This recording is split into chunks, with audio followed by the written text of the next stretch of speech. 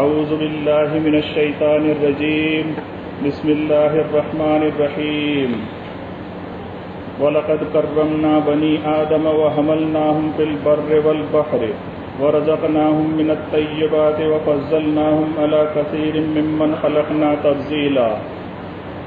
Universe میں جتنی نعمتیں، جتنی بلیسنگز پھیلی ہوئی ہیں، جنہیں ہم دیکھتے ہیں اور بھرپور استعمال بھی کرتے ہیں، یا جو نعمتیں ہمیں دکھائی بھی نہیں دیتی لیکن پھر بھی ہمارا جسم ان نعمتوں کا بھرپور استعمال کرتا ہے، سب کی سب اللہ رب العالمین کی ہی کریشن ہے، اور ان سب پر ہم انسانوں کو فضیلت بھی دی، تو ہم سب زمین، آسمان، سمندر، پہاڑ، ہوا اور پانی کے اللہ العلیم رب کے بنائے ہوئے سسٹم سے خود کے لیے پازیٹیو پروویژنز حاصل کرتے ہوئے فائدہ حاصل کرتے ہیں۔ اللہ رب العالمین نے ہم انسانوں کو اپنی بہت ساری مخلوق، بہت ساری کریشن پر یا ان کے مقابلے میں کوالٹی، گریڈ اور کلاس عطا کی ہے، اور حضرت ابراہیم علیہ السلام کے بیٹے حضرت اسحاق علیہ السلام کی جنریشن کے سلسلے کی آخری کڑی حضرت عیسیٰ علیہ السلام کی زبانی حضرت محمد صاحب صلی اللہ علیہ وسلم کے اپوائنٹمنٹ کی خوشخبری بھی دی، جسے اللہ رب العالمین نے بیان کیا سورۃ الصف آیت نمبر 6 میں۔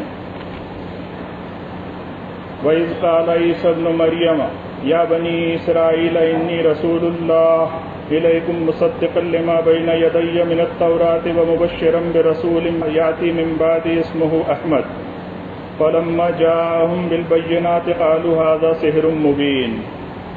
اور جب اوپن کر دیا حضرت عیسیٰ علیہ السلام نے بنی اسرائیل گروپ کے سامنے کہ بے شک اللہ رب العالمین کی طرف سے میں رسول بنا کر بھیجا گیا ہوں، تم سب کی طرف جو میسیجز التورات سے آئے تھے انہیں سچ کر دکھانے کے لیے، اور اللہ رب الناس کے ایک رسول کی خوشخبر بھی لایا ہوں، ان کا نام احمد حضرت محمد صاحب صلی اللہ علیہ وسلم ہوگا۔ جب بھیجے گئے حضرت محمد صاحب صلی اللہ علیہ وسلم ہم سب کی طرف، تو ہمارے ہی لوگوں کا کہنا تھا کہ آپ تو باتوں کے جادوگر ہو۔ حضرت محمد صاحب صلی اللہ علیہ وسلم کے اپوائنٹمنٹ کے پہلے سے ذبح عظیم کے سلسلے کی شروعات ہو چکی تھی، اور حضرت محمد صاحب صلی اللہ علیہ وسلم کا ساتھ دینے والے صف اول کے ساتھی، جنہیں ہم سب لوگ صحابہ کرام کے نام سے یاد کرتے ہیں، انہیں اللہ رب الناس کی طرف سے یہ عزت حاصل ہوئی تھی کہ انہی کی نظروں کے سامنے حضرت محمد صاحب صلی اللہ علیہ وسلم موجود تھے، جو کہ قرآن کریم کی آیتوں پر عمل کرتے ہوئے چلتا پھرتا نمونہ زندگی یعنی قرآن کریم کا آئینہ تھے۔ جب کبھی ہم سب صحابہ کرام کے قرآن کریم سے تعلقات کو یاد کرتے ہیں تو صاحب قرآن حضرت محمد صاحب صلی اللہ علیہ وسلم سے گہری محبت اور ان سے اطاعت کو یاد کر رہے ہوتے ہیں۔ صحابہ کرام صاحب قرآن حضرت محمد صاحب صلی اللہ علیہ وسلم سے ہی قرآن کریم کی آیتوں کی تلاوت سنتے، حضرت محمد صاحب صلی اللہ علیہ وسلم انہی آیتوں سے تعلیم اور حکمت سے ان کا تزکیہ فرماتے۔ لَقَدْ مَنَّ اللَّهُ عَلَى الْمُؤْمِنِينَ إِذْ بَعَثَ فِيهِمْ رَسُولًا مِّنْ أَنفُسِهِمْ يَتْلُو عَلَيْهِمْ آيَاتِهِ وَيُزَكِّيهِمْ وَيُعَلِّمُهُمُ الْكِتَابَ وَالْحِكْمَةَ وَإِنْ كَانُوا مِنْ قَبْلُ لَفِي ضَلَالٍ مُّبِينٍ۔ اللہ رب الناس کے سسٹم پر انسانوں کا چلنا ضروری تھا، اسی کے لیے اللہ العلیم رب نے انہی میں سے اپنے نبی حضرت محمد صاحب صلی اللہ علیہ وسلم کو میسنجر اپوائنٹ کر کے ایمان والوں پر احسان کیا۔ رسول حضرت محمد صاحب صلی اللہ علیہ وسلم سب کے سامنے اللہ رب العالمین کے سسٹم کو پیش کرتے ہوئے عمل کرنے کی تعلیم دیتے، ہر آرڈر کو اچھی طرح سمجھا بجھا کر ذہنوں میں بٹھا کر اطاعت کرنے کی تعلیم دیتے۔ اگر اللہ رب العالمین انسانوں کے لیے یہ انتظام نہیں کرتے تو لوگ اسی طرح راہ راست کے لیے حیران و پریشان راہ سے بھٹکے ہوئے کھوئے ہوئے پھرتے جیسے اس احسان کے پہلے پھرتے تھے۔ ان آیتوں سے اندازہ لگایا جا سکتا ہے کہ قرآن کریم سے صحابہ کرام کا تعلق کتنا گہرا تھا، جس کی وجہ سے صحابہ کرام کا گروپ انسانیت کے لیے احترام کے لائق ہو گیا۔ قرآن کریم میں اپریشیٹ کر کے فرمایا اللہ رب العزت نے سورت نمبر 48 آیت نمبر 29 میں، محمد الرسول اللہ والذین معه اشداء علی الکفار رحماء بینہم تراہم رکعا سجدا یبتغون فضلا من اللہ ورضوانا سیماہم فی وجوہہم من اثر السجود. یہ ہے رسول حضرت محمد صاحب صلی اللہ علیہ وسلم اور ان کے صحابہ جو کہ حق کے اگینسٹ جانے والوں کے مقابلے میں چٹان کی طرح سخت ہے، اور حق کا ساتھ دینے والے اپنے ساتھیوں کے لیے بہت رحم دل اور ہمدرد دکھائی دیتے ہیں. وہ اللہ رب الناس کے سسٹم سے ذمہ داریوں سے ملنے والے فضل کو حاصل کرنے کے لیے اور اللہ رب العالمین کی رضا کے لیے کس طرح جھک پڑتے ہیں.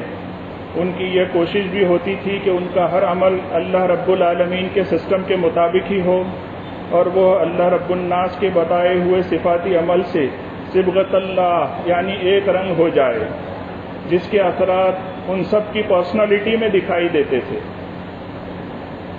ہم سب سے یہ سوال ہے کہ کیا ہم لوگوں نے قرآن کریم سے تاثیر لینا بند کر دیا ہے؟ جبکہ ہم سب کا ایمان تو یہ ہے کہ آج بھی انسانیت کے ضمیر کو جھنجھوڑنے کی تاثیر قرآن کریم میں ہی ہے. کلام اللہ میں ایسی طاقت ہے کہ پڑھنے والا خود کو سدھار کر ڈبل اسٹینڈرڈ سے آزادی پا کر سنگل اسٹینڈرڈ سے زندگی گزار سکتا ہے.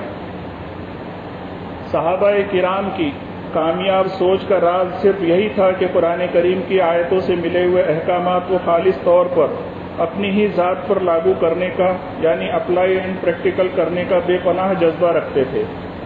جب کبھی صاحب قرآن حضرت محمد صاحب صلی اللہ علیہ وسلم سے قرآن کریم کی آیتوں کو سنتے تو پھر ان آرڈرز کو اپنی زندگی میں لاگو کرنے کے لیے ایک سیکنڈ یا ایک لمحہ بھی دیری نہیں کرتے تھے.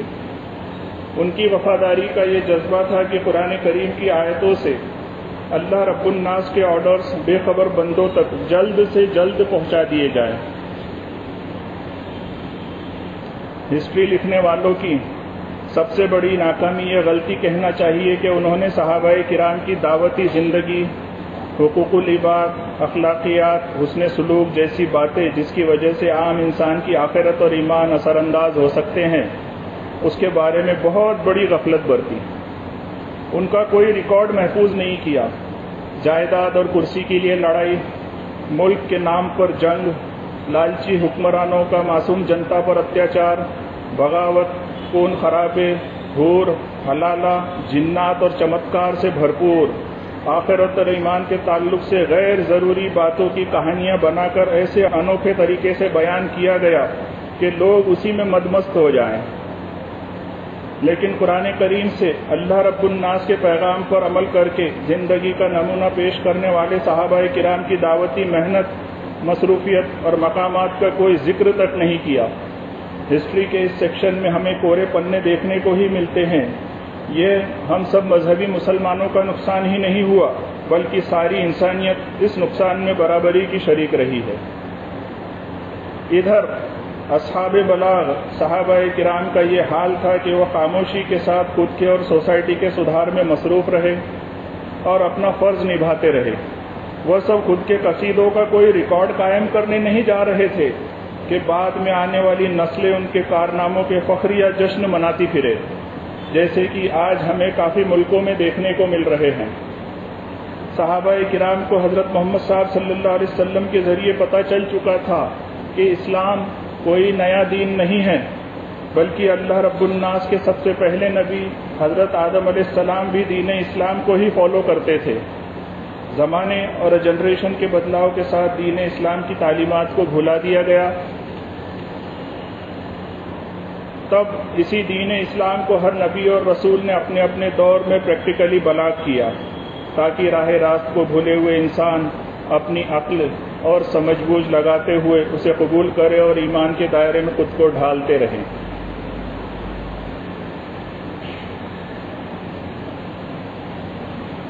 دراصل صحابہ کرام قرآن کریم کی اصلی نظریہ زندگی کے تربیت یافتہ تھے. وہ نظریہ یہ تھا کہ وہ سب اپنے آپ کو اللہ مالک یوم الدین کی سزا سے اور قیامت کی رسوائی سے بچانا چاہتے تھے. اس کے لیے چاہے کام، کاروبار، جائیداد اور وطن ہی کیوں نہ چھوٹ جائے، چاہے ہمارے حصے میں گمنامی ہی کیوں نہ آ جائے، اس کے لیے انہوں نے کسی کو نیچا نہیں دکھایا. کسی کی بے عزتی نہیں کی، کسی سے دشمنی نہیں رکھی جیسے کہ ہم لوگ آپس میں ایک دوسرے سے رکھتے ہیں۔ صحابہ کرام تو فکر مند رہتے تھے کہ ان ساتھیوں تک، ان انسانوں تک پیغام نہیں پہنچا تو یہ لوگ اسی راہ کے راہی نہ بن جائے جو جہنم کی اور جاتی ہے۔ اسی تڑپ، اسی ذبح عظیم، اسی سیکریفائس کا نتیجہ آج ہم سب کے ہاتھوں میں اوریجنل قرآن کریم موجود ہے۔ قرآن کریم کی آیتوں پر عمل کرتے ہوئے صاحب قرآن حضرت محمد صاحب صلی اللہ علیہ وسلم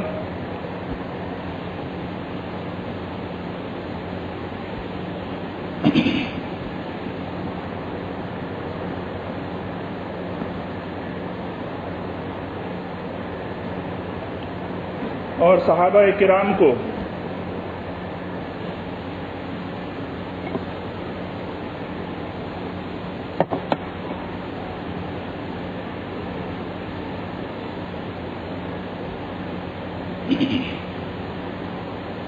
I'm sorry.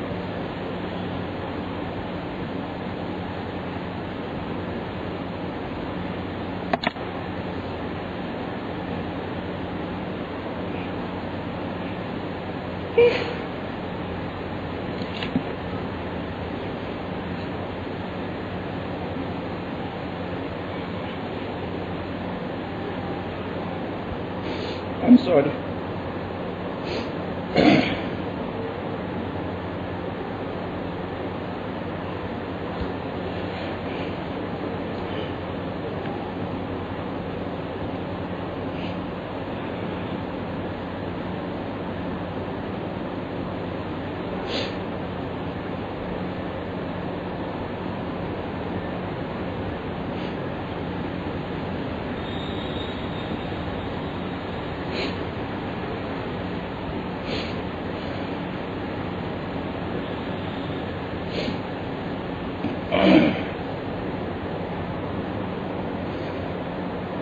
قرآن کریم کی آیتوں پر عمل کرتے ہوئے ہیں صاحب قرآن حضرت محمد صاحب صلی اللہ علیہ وسلم اور صحابہ کرام کو لوگوں کی کتنی باتیں سننی پڑی، بے عزتی سہنی پڑی۔ اللہ رب الناس نے اپنے نبی حضرت محمد صاحب صلی اللہ علیہ وسلم پر اس آیت شریفہ کو نازل کر کے بتایا کہ کرنا کیا ہے ان حالات میں۔ آج بھی ہم میں سے کوئی صرف اور صرف قرآن کریم کی آیتوں پر پازیٹو بات کرتا ہے تو اسے بہت بے عزتی اور ذلت کا سامنا کرنا پڑتا ہے۔ اس آیت شریفہ میں ہم سب ڈپریسڈ لوگوں کے لیے بہت بڑے صبر کا سبق ہے۔ سورت نمبر 50 آیت نمبر 45، نحن عالم بما یقولون، فرماتے ہیں اللہ رب الناس کی ہم جانتے ہیں جو لوگ دعوت اور دین کے بارے میں کتنی بکواس اور آپ کی بے عزتی کرتے ہیں، آپ کو ستاتے ہیں، آپ کو مورل ڈاؤن کرنے کی کوشش کرتے ہیں، آپ کو ذہنی تکلیف دیتے ہیں۔ وما انت علیہم بجبار، ان کی ان حرکتوں سے آپ خود اپنے ہی آپ کو ٹارچر نہ کیجیے، آپ خود کا مورل ڈاؤن نہ ہونے دیجیے۔ فذکر بالقرآن من یخاف وعید، آپ تو صرف قرآن کریم کی آیتیں پیش کر دیجئے، جو کوئی بھی حق پرست انسان الرٹ ہو کر خود کی لائف سٹائل سدھارے گا وہی انسان ہمیشہ کی زندگی کی عید منائے گا۔ ہم سب لوگوں کو آج قرآن کریم کے مفہوم سمجھ کیوں نہیں آ رہے ہیں؟ کیونکہ ہمارا اپروچ اور تعلق اوریجنل قرآن کریم سے ویسا نہیں رہا، یا ہم نے ویسا نہیں رکھا جیسے صحابہ کرام کا تھا۔ یہ ہم سب کے لیے بہت بڑی عبرت کا مقام ہے کہ ہم جیسی ناشکری قوم کے پاس پورا کا پورا قرآن کریم موجود ہونے کے باوجود بلاغ کا پریکٹیکلی عمل نہیں کرتے، کیونکہ ہمارے پاس ایسے شریفوں کی کوئی کمی نہیں ہے جو ہمیں اس ضرورت کو محسوس کراتے۔ آج مذہبی مسلمان کروڑوں کی تعداد رکھتے ہیں، ہمارے مذہبی دائی لیڈرز بھی لاکھوں میں ہیں، دعوت کے نام پر قدم قدم پر سب سرگرم ہیں، لیکن ہمارے دعوتی پیغامات قرآن کریم کی اوریجنل سے خالی ہیں۔ اور ہم سب لوگ دائرے قرآن کریم میں داخل ہونے کو تیار ہی نہیں ہیں۔ ہمیں ہمارے ہی لوگ نیوز اور سوشل میڈیا میں دوسروں کے روزے رکھنے، نماز پڑھنے، قرآن پڑھنے، اسلام قبول کرنے کے قصے کہانیوں کو انجوائے کراتے ہوئے ہمیں ہمارے مذہبی مسلمان ہونے پر سکون فراہم کراتے رہتے ہیں، جن کی کامیابی یا ناکامی سے ہمارا کوئی واسطہ ہی نہیں ہے۔ کیا ہم لوگ اس حقیقت کو نہیں جانتے کہ ہمارے اخلاق اور کردار پر آپس کے لوگوں کو ہی بھروسہ نہیں رہا؟ ہمارے کام اور وعدوں پر سے سب کا یقین اٹھ چکا ہے۔ کیا ہم سب صادق اور امین کی کیٹیگری کے انڈر ہیں، یا ہمارے پاس صرف قربانیوں کے جھنڈے ہیں؟ کیا ہمارا ڈیلی روٹین حضرت محمد صاحب صلی اللہ علیہ وسلم کی تعلیمات کے انڈر ہے؟ کیا ہماری زندگی اوریجنل قرآن کریم کے آرڈرز کے انڈر ہے؟ ہم سب کو اوریجنل قرآن کریم کے انڈر رہتے ہوئے دعوت پیش کرنی ہوگی۔ اوریجنل قرآن کریم کی آیتیں انسان کے دلوں پر اثر کرتے ہوئے کبھی نہ ختم ہونے والی آخرت کی زندگی کی زینت بنتی ہے، لیکن انسان قرآن کریم کو کور میں لپیٹ کر الماری کی زینت بنا دیتا ہے۔ ہم سب نے قرآن کریم کور کر کے بک شیلف میں سجائے رکھا ہے، اللہ رب الناس کی کتاب سب سے چھپائے رکھا ہے، آدمی کو زندگی کاٹنے کی رسموں میں بہلائے رکھا ہے، زندگی جینے کے اوریجنل میسیجز کو سب سے چھپائے رکھا ہے۔ ہم سب مذہبی مسلمانوں نے اللہ رب الناس کی کتاب سب سے چھپائے رکھا ہے۔ بلاغ یعنی دعوت دیتے ہوئے اوریجنل قرآن کریم کے احکامات پر ہمارا عمل نہیں ہوگا تو قرآن کریم صرف اور صرف بلند الماریوں کی شان ہی بنے رہیں گے، اور اللہ رب الناس کے پیغامات اور احکامات ہمارے دلوں میں اترنے کا کبھی موقع ہی نہیں آئے گا۔ کہنے کا صرف اتنا مطلب ہے کہ جب ہم سب اپنے آپ کو حضرت محمد صاحب صلی اللہ علیہ وسلم کے فالوورز کہتے ہیں تو فالو بھی ان کے ہی طریقے کو کرنا چاہیے۔ ہم سب کیوں خود کا طریقہ اپناتے ہیں؟ کیا یہ ڈبل اسٹینڈرڈ یعنی منافقت نہیں ہوئی؟ جبکہ قرآن کریم میں صحیح طریقہ ہم سب پڑھتے پڑھاتے ہی ہیں۔ حضرت محمد صاحب صلی اللہ علیہ وسلم اور ان کے صحابہ کی زندگی اور ان کی قربانیوں کا مضمون طویل ہے۔ اس کا دوسرا حصہ آئندہ انشاءاللہ اگر اللہ الحی القیوم رب نے مجھے زندگی عطا کی تو ضرور بیان کروں گا۔ انا للہ و انا الیہ راجعون۔ بارک اللہ لنا ولکم فی القرآن العظیم ونفعنا وإیاکم بالآیات والذکر الحکیم۔ انہ تعالی جواد کریم ملک بر رؤوف الرحیم فاستغفروہ انہ هو الغفور الرحیم۔